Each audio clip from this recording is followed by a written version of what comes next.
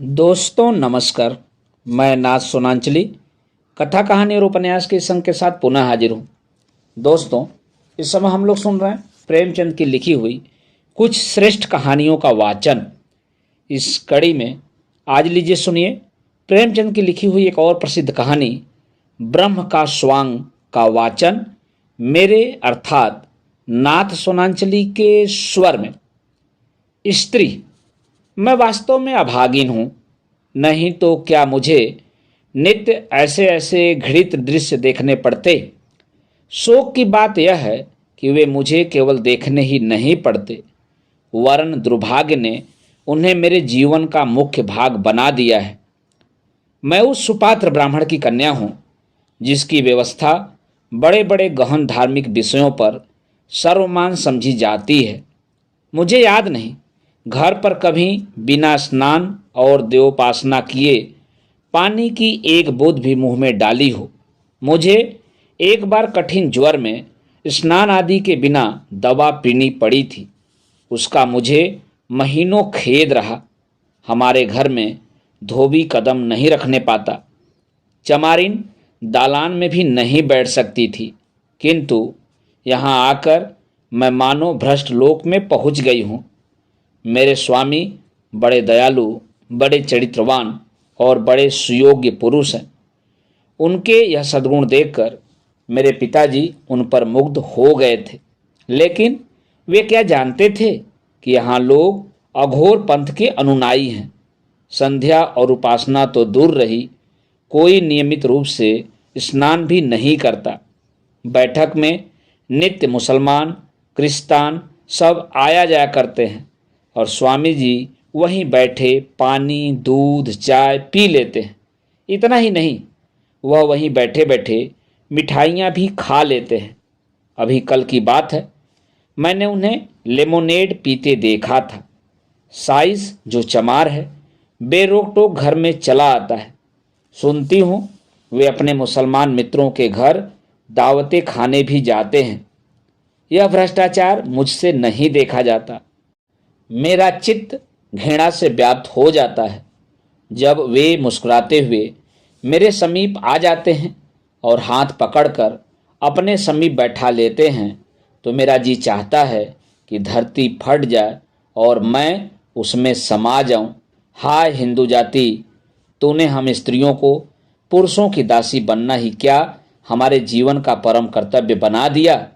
हमारे विचारों का, हमारे सिद्धांतों का, यहाँ तक कि हमारे धर्म का भी कुछ मूल्य नहीं रहा।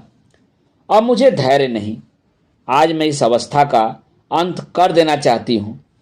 मैं इस आसुरिक भ्रष्ट जाल से निकल जाऊंगी। मैंने अपने पिता की शरण में जाने का निश्चय कर लिया है। आज यहाँ सहभोजन हो रहा है। मेरे पति उसमें सम्मिलित ही नहीं, वरन उसके मुख्य प्रेषकों में हैं। इन्हीं के उद्योग तथा प्रेरणा में यह विधर्मी अत्याचार हो रहा है। समस्त जातियों के लोग एक साथ बैठकर भोजन कर रहे हैं। सुनती हूँ मुसलमान भी एक ही पंक्ति में बैठे हुए हैं।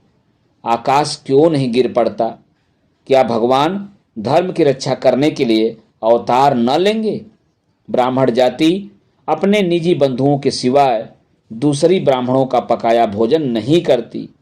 वहीं महान जाति इस अधोगति को पहुंच गई कि कायस्थों, बनियों, मुसलमानों के साथ बैठकर खाने में लेस मात्र भी संकोच नहीं करती, बल्कि इसे जातीय गौरव, जाति एकता का हेतु समझती है।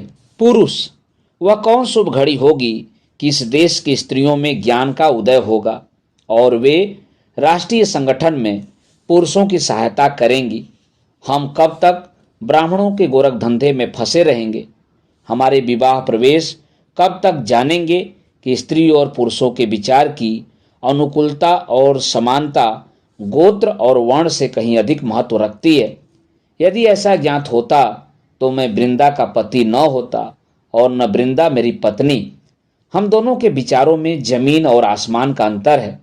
यद्यपि वह प्रत्यक्ष नहीं कहती, किंतु मुझे विश्वास है कि वह मेरे विचारों को घृणा की दृष्टि से देखती है।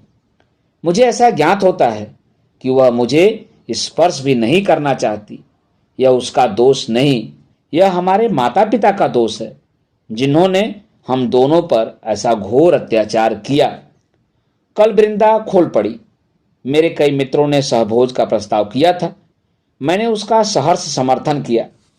कई दिन के वाद विवाद के पश्चात अंत को कल कुछ गिने गिनाए सज्जनों ने सहभोज का सामान कर ही डाला।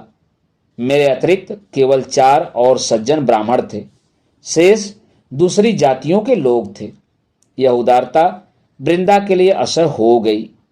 जब मैं भोजन करके लौटा तो वह एक ऐसी विकल थी मानो उसके मर्म स्थल पर आघात हुआ हो।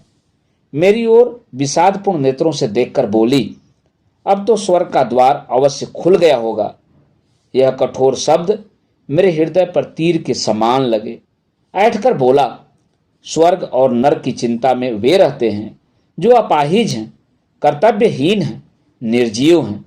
हमारा स्वर्ग और नरक सब इसी पृथ्वी पर है। हम इस कर्म क्षेत्र में कुछ कर जाना चाहते हैं। वृंदा, धन्य हो आपके पुरुषार्थ को, आपके सामर्थ्य को। आज संसार में सुख और शांति का साम्राज्य हो जाएगा। आपने संसार का उद्धार कर दिया, इससे बढ़कर उसका कल्याण क्या हो सकता है। मैंने झुंझलाकर कहा, जब तुम्हें इन विषयों को समझने की ईश्वर ने बुद्धि ही नहीं दी तो क्या समझाऊं। इस पारस्परिक भेदभाव से हमारे राष्ट्र की जो हानि हो रही है उसे मोटी से मोटी बुद्धि का मनुष्य भी समझ सकता है।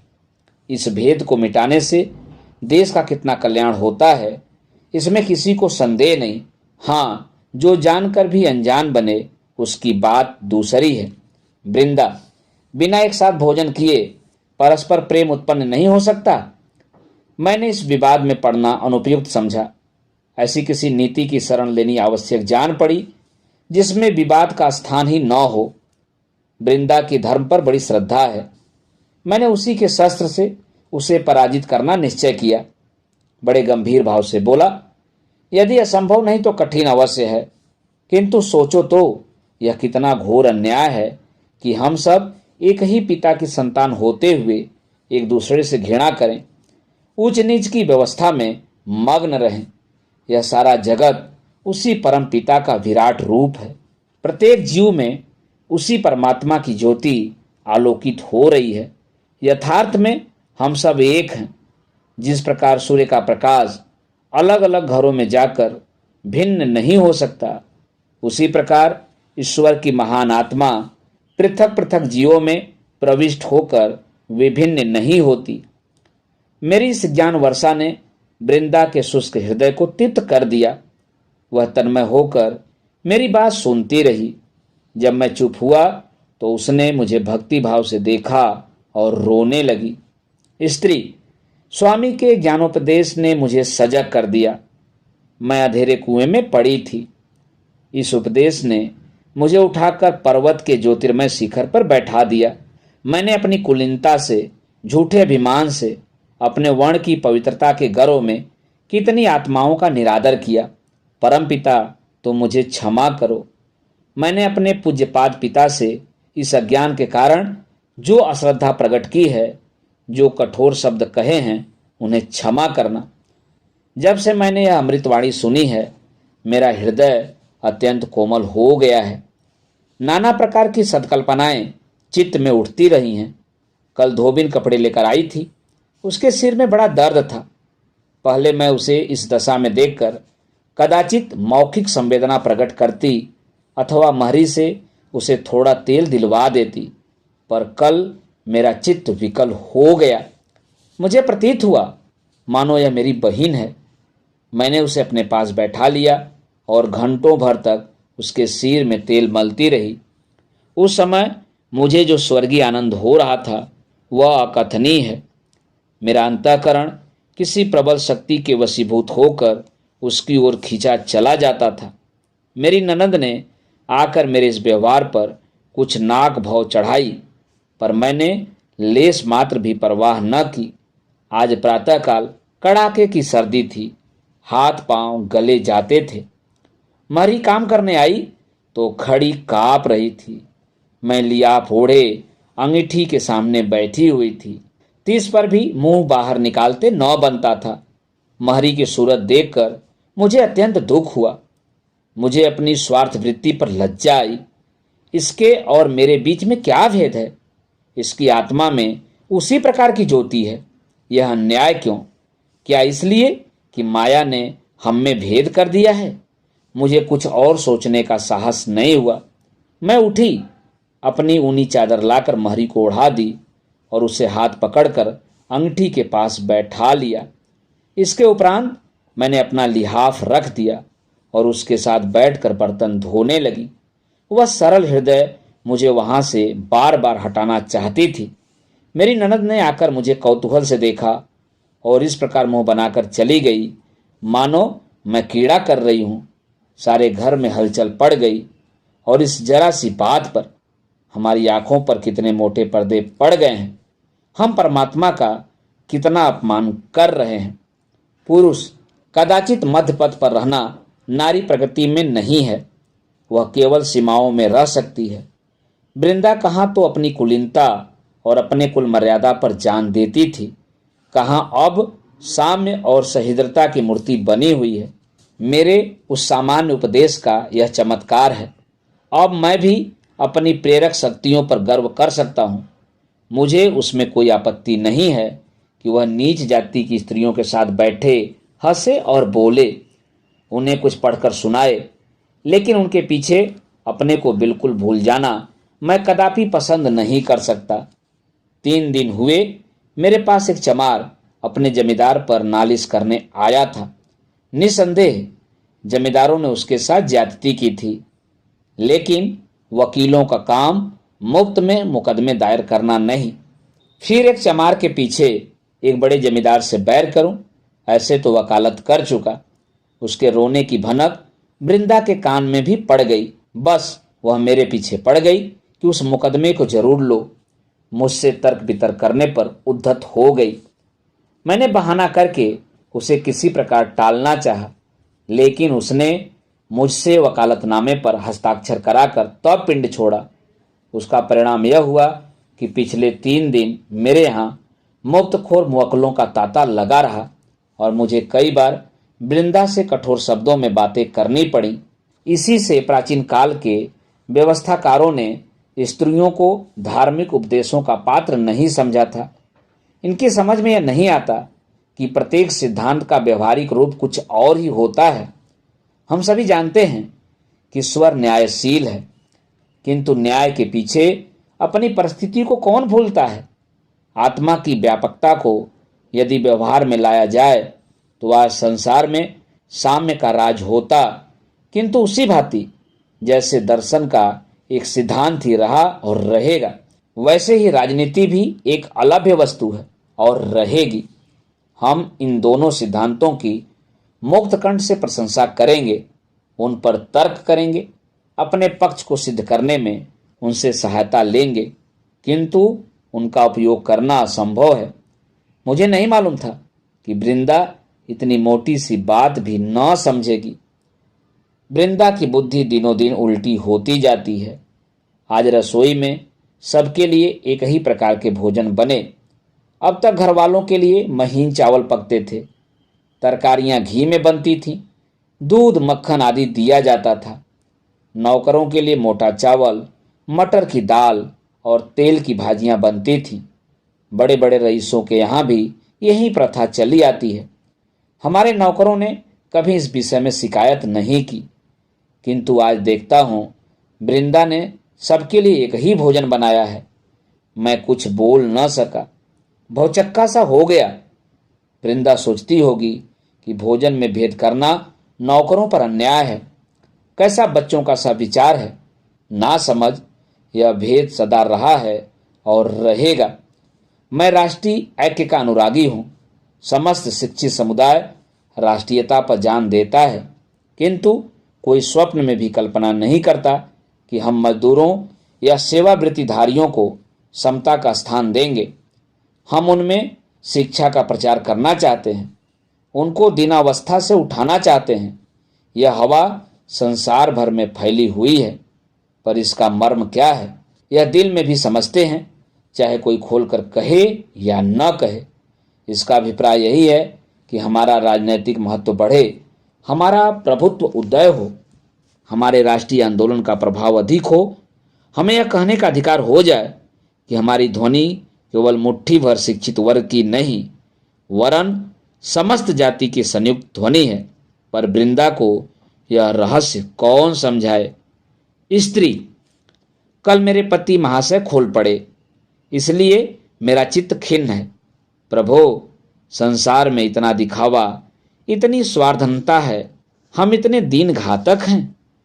उनका उपदेश सुनकर मैं उन्हें देवतुल्य समझने लगी थी। आज मुझे ज्ञान हो गया कि जो लोग एक साथ दो नाव पर बैठना जानते हैं, वे ही जाति के हितैषी कहलाते हैं। कल मेरी ननद की विदाई थी। वह ससुराल जा रही थी।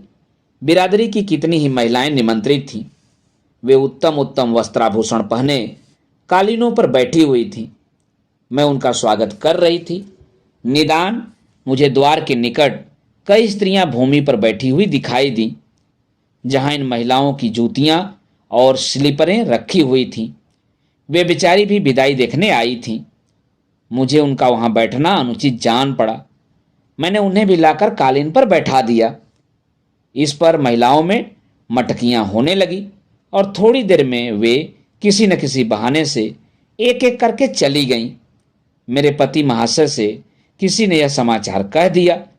वे बाहर से क्रोध में भरे हुए आए और आंखें लाल करके बोले, यह तुम्हें क्या सूझी है? क्या हमारे मुख में कालिख लगवाना चाहती हो? तुम्हें ईश्वर ने इतनी भी बुद्धि नहीं दी कि किसके साथ बैठना चाहिए। भले घर की महिलाओं के साथ नीच स्त्रियों को बैठा दिया। वे अपने मन में क्या कहती होंगी? तुमने मुझे मुंह दिखाने लायक भी नहीं रखा। छी छी, मैंने सरल भाव से कहा। इसमें महिलाओं का क्या अपमान हुआ? आत्मा तो सबकी एक ही है। आभूषणों से आत्मा तो ऊंची नहीं हो जाती। पति महाशय ने ओठ चबाकर कहा, चुप भी रहो, बेसुरा राग लाप रही हो। बस वही मुर्गी की एक टांग। आत्मा एक है, परमात्मा एक है। न कुछ जानो न बूझो। सारे शहर में नक्कू बना दिया। उस पर और बोलने को मरती हो। उन महिलाओं की आत्मा को कितना दुख हुआ, कुछ इस पर भी ध्यान दिया? मैं विस्मित होकर उनका मुंह ताकने लगी। आज प्रातःकाल उठी तो मैंने एक विचित्र दृश्य देखा। रात को मेहमानों की जूठी पत्तल, सकोरे, दोने आदि बाहर मैदान में फेंक दिए गए थे। 50 मनुष्य उन पत्तलों पर गिरे हुए उन्हें चाट रहे थे। हाँ, मनुष्य थे, वही मनुष्य जो परमात्मा के निज स्वरूप हैं। कितने ही कुत्ते भी उन पत्तलों पर झपट रहे थे, पर वे कंगले कुत्तों को मार मार कर भगा देते थे। उनकी दशा कुत्तों से भी गई बीती थी। यह कौतुक देखकर मुझे रोमांच होने लगा। मेरी आंखों से अश्रुधारा बहने लगी।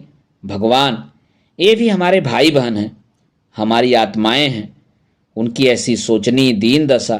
मैंने तत्क्षण महरी को भेजकर उन मनुष्यों को बुलाया और जितनी पूरी मिठाइयाँ मेहमानों के लिए रखी हुई थीं, सब पतलों में रख कर उन्हें दे दी। महरी थरथर काँप रही थी। सरकार सुनेंगे तो मेरे सिर का बाल भी न छोड़ेंगे, लेकिन मैंने उसे ढाढ़स दिया। तब उसकी जान में जान आई। अभी ये बेचारे कंगले मिठाइयाँ खा ही रहे थे कि पति महाशय मुंह लाल किए हुए आए और अत्यंत कठोर स्वर में बोले, तुमने भंग तो नहीं खा ली? जब देखो एक न एक उपद्रव खड़ा कर देती हो। मेरी तो समझ में नहीं आता कि तुम्हें क्या हो गया है। ये मिठाइयाँ दोमड़ों के लिए नहीं बनवाई गई थी। इसमें घी, शक्कर, मैदा लगा था, जो आजकल मोतियों के मोल बिक रहा है। हलवाइयों को दूध के धोए रुपए मजदूरी के दिए गए थे। तुमने उठाकर सब दोमड़ों को खिला दी। अब मेहमानों को क्या खिलाया जाएगा? तुमने मेरी इज्जत बिगाड़ने का प्रण कर लिया है क्या? मैंने गंभीर भाव से कहा, आप व्यर्थ इतने क्रुद्ध होते हैं। आपकी जितनी मिठाइयाँ खिला दी हैं वह मैं मंगवा दूंगी। मुझसे यह नहीं देखा जाता कि कोई आदमी तो मिठाइयाँ खाए और कोई पत्तलें चाटे। दोमड़े भी तो मनुष्य ही हैं, उनके जीव में भी तो उसी। स्वामी ने बात काट कर कहा, रहने भी दो, मरी तुम्हारी आत्मा। बस तुम्हारी ही रक्षा से आत्मा की रक्षा होगी। यदि ईश्वर की इच्छा होती कि प्राणी मात्र को समान सुख प्राप्त हो तो उसे सबको एक दशा में रखने से किसने रोका था? वह ऊंच नीच का भेद होने ही क्यों देता? जब उसकी आज्ञा के बिना एक पत्ता भी नहीं हिल सकता तो इतनी महान सामाजिक व्यवस्था उसकी आज्ञा के बिना क्यों कर भंग हो सकती है? जब वह स्वयं सर्वव्यापी है तो वह अपने ही को ऐसे ऐसे घृणोत्पादक अवस्थाओं में क्यों रखता है? जब तुम इन प्रश्नों का कोई उत्तर नहीं दे सकती तो उचित है कि संसार की वर्तमान रीतियों के अनुसार चलो। इन बेसिर पैर की बातों से हंसी और निंदा के सिवाय और कुछ लाभ नहीं। मेरे चित्त की क्या दशा हुई वर्णन नहीं कर सकती। मैं अवाक रह गई। हाय स्वार्थ, हाय माया अंधकार, हम ब्रह्म का भी स्वांग बनाते हैं। उसी क्षण से पति श्रद्धा और पति भक्ति का भाव मेरे हृदय से लुप्त हो गया। यह घर मुझे अब कारागार लगता है, किंतु मैं निराश नहीं हूं। मुझे विश्वास है कि जल्दी या देर ब्रह्म ज्योति यहां अवश्य चमकेगी और वह इस अंधकार को नष्ट कर देगी। दोस्तों, अभी आप सुन रहे थे प्रेमचंद की लिखी हुई कहानी ब्रह्म का स्वांग का वाचन मेरे अर्थात नाथ सोनांचली के स्वर में। दोस्तों, और भी किस्से कहानी और उपन्यास सुनने के लिए आप मेरे साथ कथा कहानी और उपन्यास के साथ जुड़े रहें। धन्यवाद। नमस्कार।